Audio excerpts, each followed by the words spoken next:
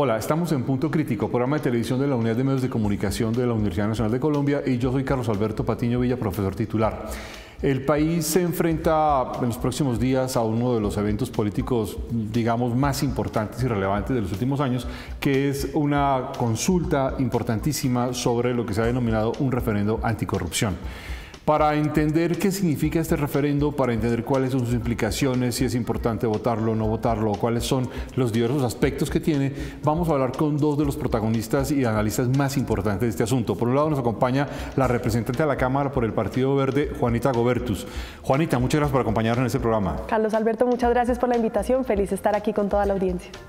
También nos acompaña el ex senador de la República, Carlos Fernando Galán. Carlos Fernando, muchas gracias por acompañarnos. Muchas gracias, Carlos Alberto. Un saludo a la audiencia y un saludo a Juanita, que está aquí con nosotros. Bueno, yo quiero arrancar aquí con esta pregunta contigo, Juanita, es ¿por qué es importante este referendo?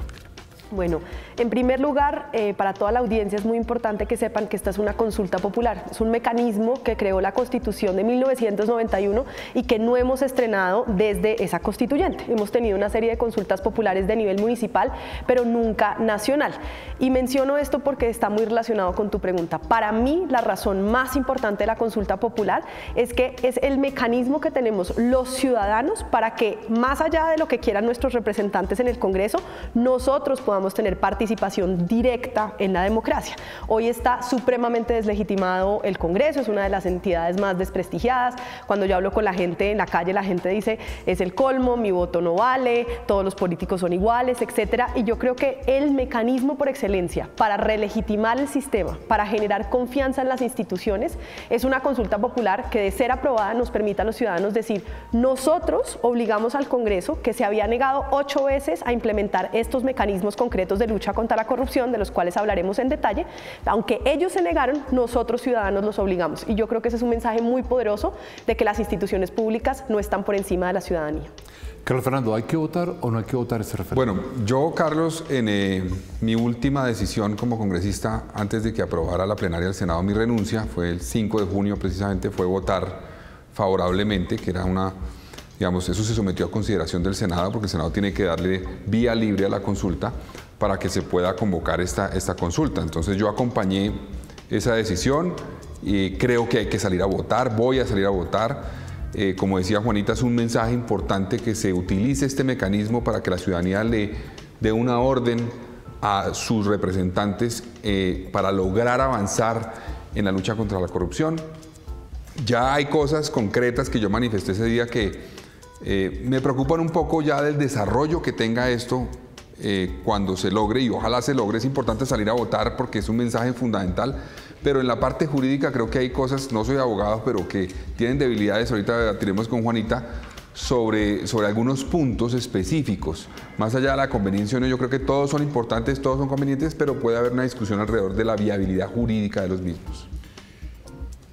Hay algunos críticos, si quieren miramos punto por punto de la consulta, algunos críticos, digamos, han dicho cosas, por ejemplo, que algunos de esos puntos son inconstitucionales. Algunos abogados constitucionalistas muy serios y muy importantes, por ejemplo, han dicho que el primer punto, reducir el salario de los congresistas y altos funcionarios del Estado, es inconstitucional. Además de eso, hay otras críticas como dicen, bueno, si se reduce el salario de los congresistas, vamos a tener los congresistas de menores calidades o de menores capacidades de competencia. ¿Cómo reducir el salario de los congresistas impacta directamente a la corrupción? Bueno, vamos por partes. Lo primero, la Constitución establece y la Ley de Participación Popular establece que uno no puede en una consulta popular consultar al pueblo sobre reformas constitucionales. Establece que si uno consulta al pueblo sobre temas que requieran reformas legales y nosotros como ciudadanía salimos a votarlo y lo aprobamos, el Congreso queda obligado en un año a desarrollar esas reformas legales, y que si no lo hace en un año, entonces por decreto ley lo debe sacar el presidente. Eso no aplica para las reformas constitucionales, porque imagínense entonces un presidente cambiando por decreto la Constitución. Entonces, con razón, algunos constitucionalistas han dicho cuidado, porque hay temas que requieren reforma constitucional. ¿Cuál es la respuesta? Claro, que de esas reformas no se deriva automáticamente ese mandato. pero que sí hay un mandato ciudadano. Si todos, y en particular 13 millones de colombianos, salimos a decirle sí, por ejemplo, al cambio de los periodos de los congresistas, para que máximo puedan estar 3 periodos, que es claramente una reforma constitucional, pues de ello no se desprende automáticamente que el Congreso la tenga que hacer, porque es una reforma constitucional y no legal, pero sí genera un mandato popular y político de presión inmensa en el Congreso, que se vería en una situación muy difícil política al no aceptar este mecanismo. Primer punto frente a eso. Segundo, frente al tema particular del salario. Yo creo que hay que aclarar a la ciudadanía, más que un mecanismo de lucha contra la corrupción, es un mecanismo de equidad. Hoy el 50% de los colombianos vive con menos de un salario mínimo, un congresista gana 40 salarios mínimos, los ministros ganan aproximadamente 22 salarios mínimos, un general de la República gana 22 salarios mínimos, es decir, realmente los congresistas están casi el doble por encima de ministros y generales que tienen una responsabilidad mucho más grande. Un congresista, incluso, digamos, como nosotros, que haga bien la tarea, que lleve proyectos de ley, que esté ahí, nunca responde por una cartera entera, no responde por la política pública de agricultura del país o por el orden público en el país. Entonces tiene responsabilidades muy inferiores y le pagan mucho más. Si lo vemos a nivel comparado, en Estados Unidos un congresista se gana 14 salarios mínimos, equivalentes al salario mínimo estadounidense, pero la desproporción es inmensa. Nosotros somos, después de México, el segundo país de Latinoamérica con los ingresos más altos para los congresistas. Entonces, ¿cuál es la apuesta? Un mecanismo de equidad que busque garantizar que los congresistas estemos más cerca de la realidad de la ciudadanía. La gente dice, eso no va a permitir luchar contra la corrupción porque al revés, los congresistas van a robar más. Digamos, yo realmente creo que, existiendo la competencia que existe, por ejemplo, en sectores como el sector privado, si una persona con todas las calidades para tener un buen empleo en el sector privado se da el tránsito al sector público, no lo está haciendo por los recursos en términos de su salario, lo está haciendo porque quiere realmente aportar desde el sector público, si lo quiere hacer bien, o porque quiere hacer las cosas mal. Pero el incentivo no puede ser el salario, tiene que ser la vocación de servicio público, y yo sí creo que ahí garantizar que haya equidad entre los funcionarios públicos y la ciudadanía es fundamental. ¿Tú estás de acuerdo por lo que veo, Carlos Fernández? Sí, estoy de acuerdo con lo que plantea Juanita. Digamos, tengo la duda jurídica que me aclara Juanita un poco en su intervención en lo que tiene que ver con la viabilidad jurídica de que esto sea un mandato para que se cumpla.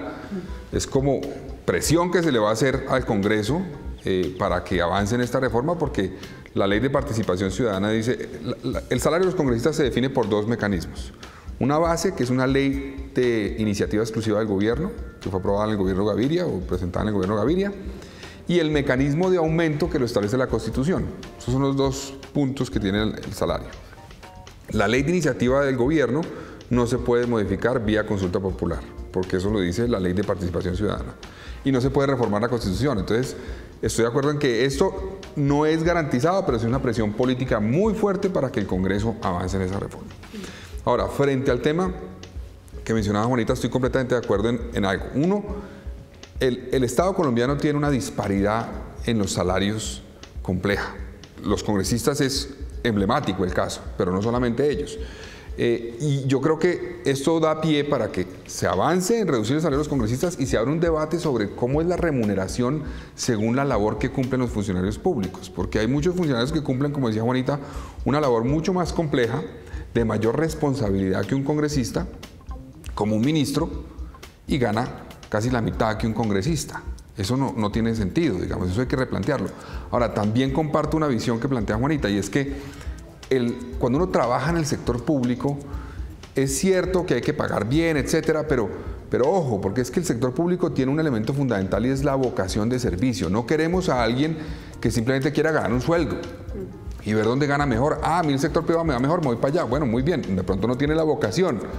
Entonces, lo que buscamos es gente que quiera participar en actividades que le sirvan a la comunidad y que lo hagan por vocación, y no que el incentivo fundamental sea que me paguen bien y entonces yo lo hago. Entonces, hay que tratar de equilibrar esos puntos para que logremos avanzar en una reforma profunda. Ahora, y yo añadiría, perdón, un punto que es muy importante porque se ha generado mucha confusión, que tiene que ver con lo que preguntabas. Dicen, bueno, ¿y qué va a pasar con los otros funcionarios públicos que hacen parte de la carrera judicial o que hacen parte de las fuerzas militares y de policía, que en muchos escenarios está atado el salario de los generales a ministros y entonces el de ministro a congresistas, y se empezó a generar una ola que dice, ahora todo el mundo, pues hasta el soldado le va a reducir el salario?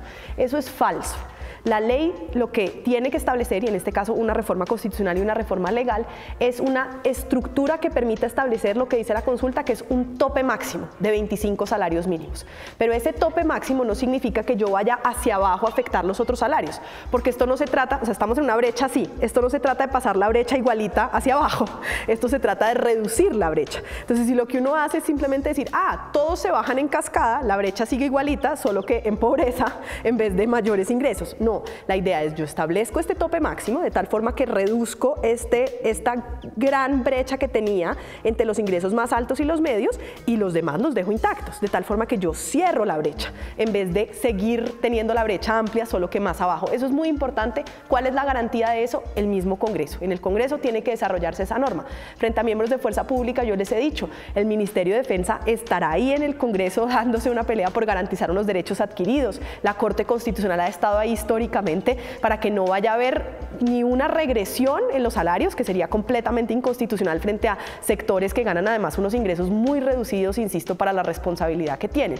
Yo creo que esa garantía hay que darla con mucha claridad porque se ha generado miedo. Esto no se trata de bajar los salarios de los funcionarios públicos de nivel medio. No hay un bajo. efecto cascada hacia atrás. No. Con respecto al Estado. Carlos Fernando, los puntos 2, 3 y 4, cárcel a corruptos y prohibirles contratar con el Estado, contratación transparente obligatoria en todo el país, presupuestos públicos con participación de la ciudadanía, ¿esto ya no está previsto por la ley? Bueno, en el tema de la cárcel a los corruptos, lo que hemos visto es que infortunadamente se le dan beneficios de unos sitios de reclusión especial a muchos de los actores que participan, actores políticos o de servidores públicos en actos de corrupción.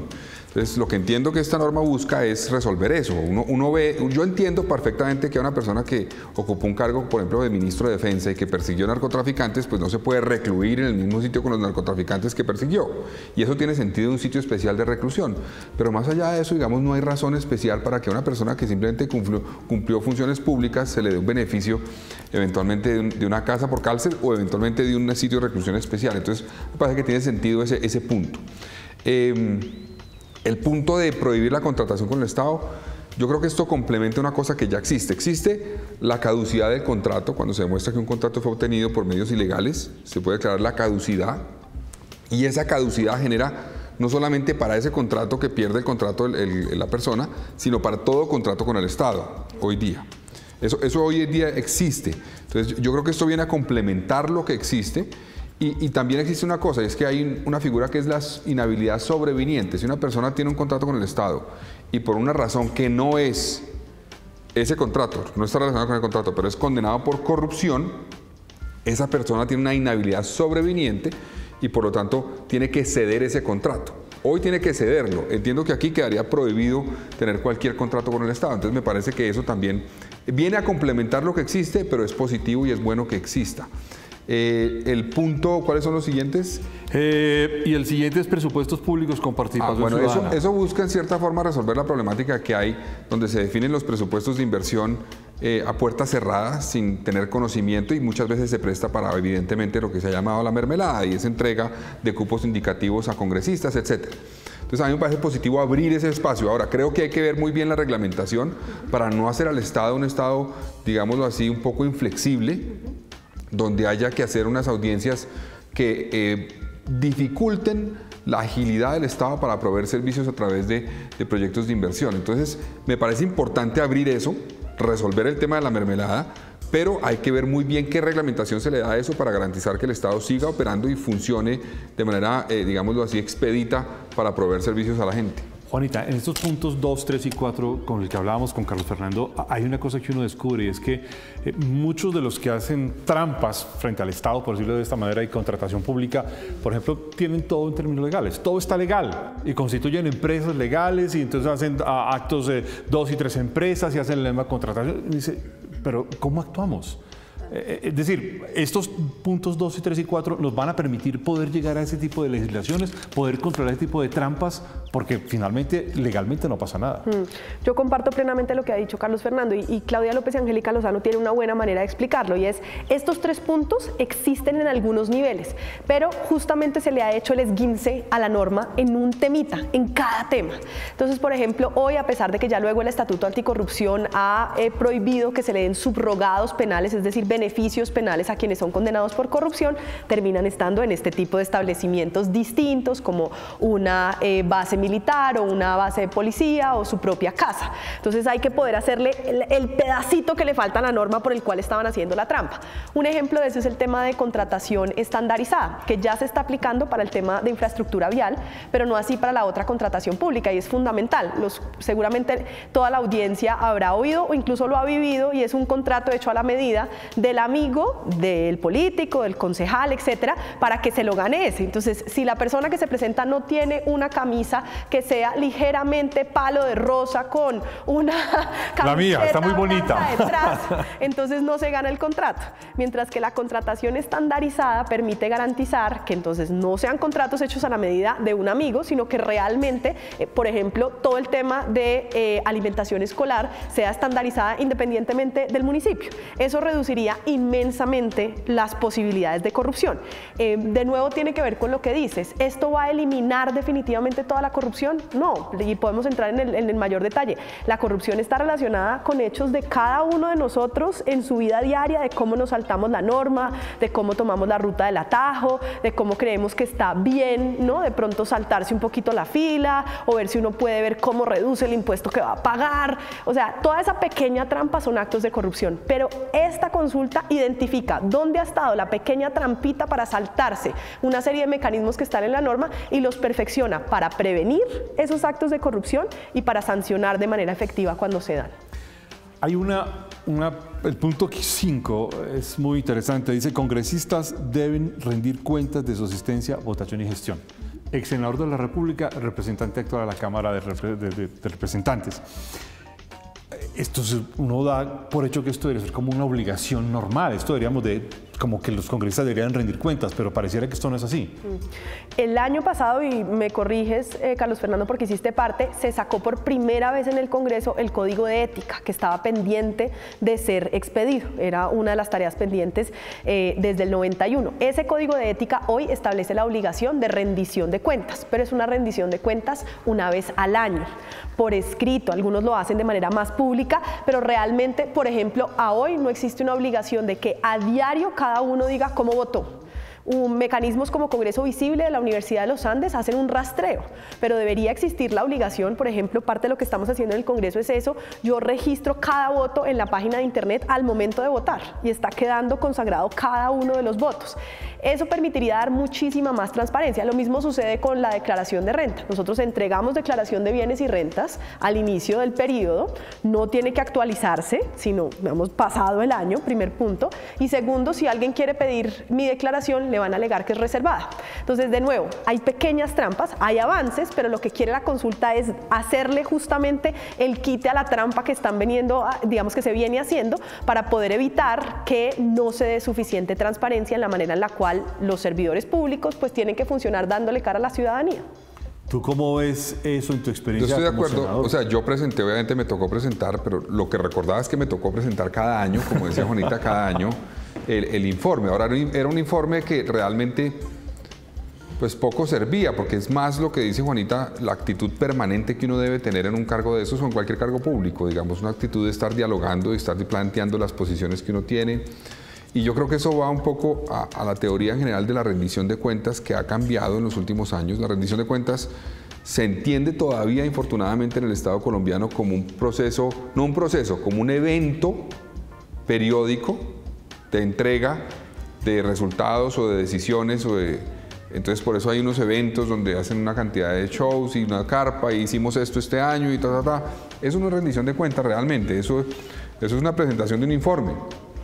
Rendición de cuentas es más una actitud permanente que debe tener el servidor público, de diálogo con la ciudadanía, de presentación de su posición, que puede cambiar por cuenta de ese diálogo con la ciudadanía. Si no, no es un mecanismo realmente de rendición de cuentas y de diálogo. Entonces, yo comparto que esto se avance, pero creo que tenemos que ir mucho más allá, y esto tiene que ver con un tema cultural del servidor público en Colombia, y es que en Colombia todavía creemos, o digamos, los servidores públicos tienen en general una visión del poder que les da tener información, no solamente la que ellos manejan como su votación, sino en general. el poder, y por eso es difícil acceder a la información del Estado. Uno presenta derechos de petición y no le contestan tarde, le contestan de manera incompleta. Hay que lograr un cambio cultural que se entienda que la información es realmente pública y que hay que tener una actitud proactiva por parte del servidor público para entregar esa información, incluyendo lo que uno hace en su labor y en su responsabilidad, como también temas como la declaración de renta, obviamente. Carlos Fernando, el punto 6 dice hacer públicas las propiedades e ingresos injustificados de políticos elegidos y extinguirles el dominio. ¿Esto no hay ya instrumentos en la ley para hacerlo? No, yo creo que no los hay, y yo creo que es positivo hacerlo. Sin embargo, no creo que tampoco sea suficiente, porque infortunadamente la mayoría de personas que se enriquecen, aunque cuando he visto las investigaciones de los POTS, a veces uno dice, no es tan obvio. Yo pensaba que la mayoría obviamente esconden de tal forma los bienes que obtienen ilegalmente por cuenta de la corrupción, que no se puede rastrear ni en los familiares hasta el 4º grado de consanguinidad, ni todo lo que plantea la consulta. Pero hay casos a nivel territorial donde uno ve que sí ponen, por ejemplo, hubo un caso en Mosquera, donde compraron un predio y lo pusieron a nombre de la esposa del alcalde, le cambiaron el uso del suelo a través de una modificación del POT y después lo vendieron por 5 veces más el valor original. Entonces sí ocurre de hechos donde son, digamos, un poco burdos en la corrupción y ponen a nombre de ellos o de sus familiares los predios obtenidos por cuenta de la corrupción. Entonces me parece positivo que en este punto se avance. Aquí, además de lo que dice Carlos Fernando Bonita, ¿tú crees que pueden implementarse otros instrumentos adicionales frente a esta condición de la extinción de los predios, de los dominios, de los enriquecimientos ilícitos de los políticos? Sí, yo diría 2 elementos fundamentales. Primero, comparto con Carlos Fernando que este es un plus en términos de transparencia muy importante. Si logramos que de la mano de mayor transparencia tengamos también periodismo de alta calidad, como existe en distintos países, que haga seguimiento periódico y pueda ir documentando cuáles son los ingresos y cómo vienen cambiando los ingresos, los bienes y el patrimonio de los distintos congresistas, eso es una semilla de control y de la lógica de pesos y contrapesos importantísima, claro, porque la declaración de renta solo colgada ahí no sirve de nada, si no hay un trabajo periodístico, digamos, analítico muy serio, que lo haga, por supuesto, con todo el rigor, no en lógica de chivo expiatorio, sino con el rigor de poder decir, cuidado, aquí hay un incremento injustificado. Yo creo que dar más transparencia permite generar un periodismo de alta calidad que pueda hacer seguimiento y servir de peso y contrapeso. Pero segundo, y yo sí creo que esto va más allá de la consulta, yo creo firmemente en una apuesta por el fortalecimiento de la justicia, no solamente en el tema de lucha contra la corrupción, en la gran mayoría de los temas del país.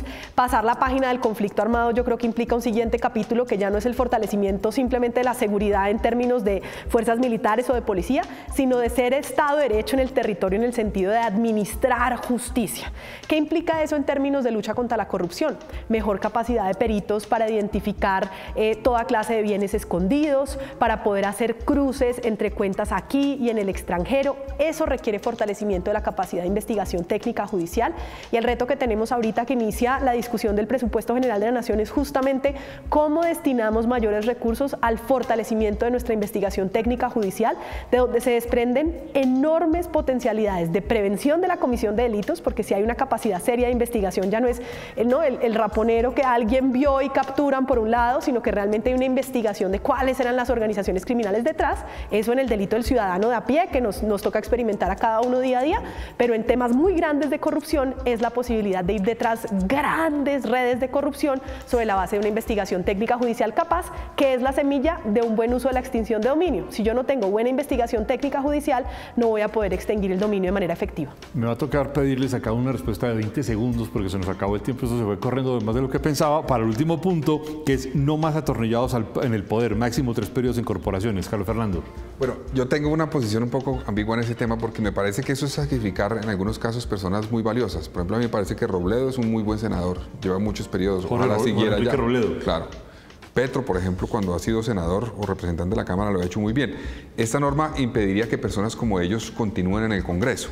Entonces, pero también obviamente uno ve el otro caso, unos personajes que quedan allá durante 5, 6, 7 periodos y realmente no tiene un impacto en la esta. Entonces yo, en ese caso, la verdad, tengo una encrucijada del alma en la votación que tendré el domingo. Voy a pensarlo, voy a votar obviamente, pero voy a pensarlo muy bien Carlos Fernando, para ver qué hacer. Juanita.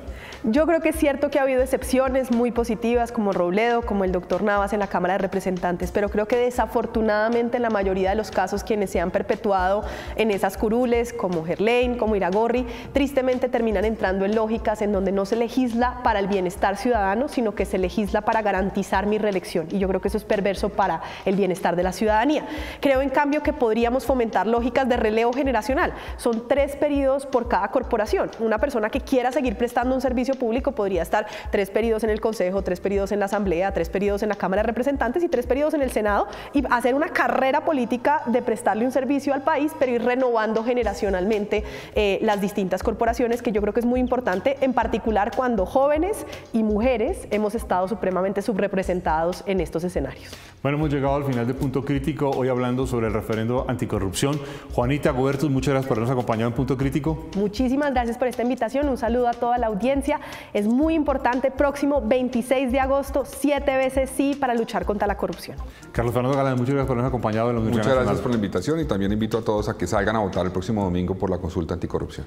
Bueno, los esperamos en una próxima emisión de Punto Crítico. Muchas gracias.